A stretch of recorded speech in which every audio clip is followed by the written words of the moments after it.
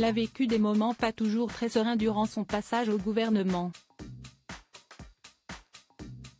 Sibeth Ndiaye a cédé sa place de porte-parole en juillet 2020, au moment du remaniement qui a vu Jean Castex devenir Premier ministre, à un certain Gabriel Attal. Si ce dernier a fait du chemin depuis, devenant locataire de Matignon, l'ancienne proche d'Emmanuel Macron a, elle, choisi de se retirer de la vie politique, après 7 ans d'un rythme effréné.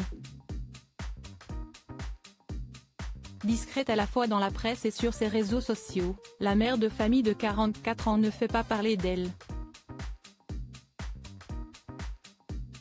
À peine sait-on qu'elle est devenue en 2021 secrétaire générale d'Adecco France, chargée des affaires publiques, du juridique, de la communication et des solutions emploi et membre du comité exécutif. Mais, dans son édition parue ce jeudi 8 février, l'hebdomadaire Challenge a révélé que Sibeth Ndiaye avait quitté Adecco. Quant à la suite de sa carrière, elle n'a pas été révélée. Découvrez les femmes qui ont compté dans la vie d'Emmanuel Macron. Sibeth Ndiaye, un passage en politique mouvementé. Si Sibeth Ndiaye était proche du président, les deux pouvaient parfois ne pas être sur la même longueur d'onde et s'affronter sur certains sujets.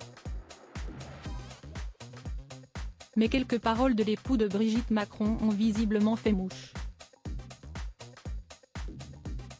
Juste après son départ du gouvernement, Sibeth Ndiaye avait révélé ne pas être mécontente de quitter la politique, trouvant qu'elle ne passait pas assez de temps avec ses 3 enfants. J'ai beaucoup réfléchi et je me suis rendu compte que mes gamins grandissaient vite et que je passais à côté de trop de choses. Le président dit souvent qu'il faut savoir prendre son risque. C'est fait pour moi, aurait-elle indiqué, d'après les informations du Canard enchaîné en juillet 2020. Son passage en politique ne s'est pas fait sans polémique.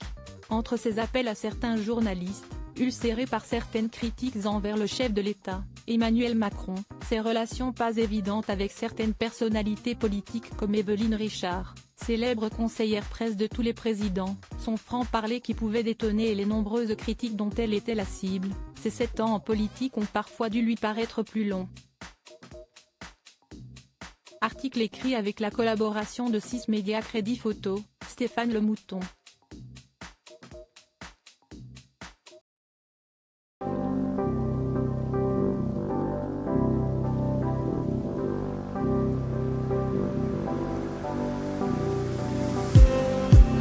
Just need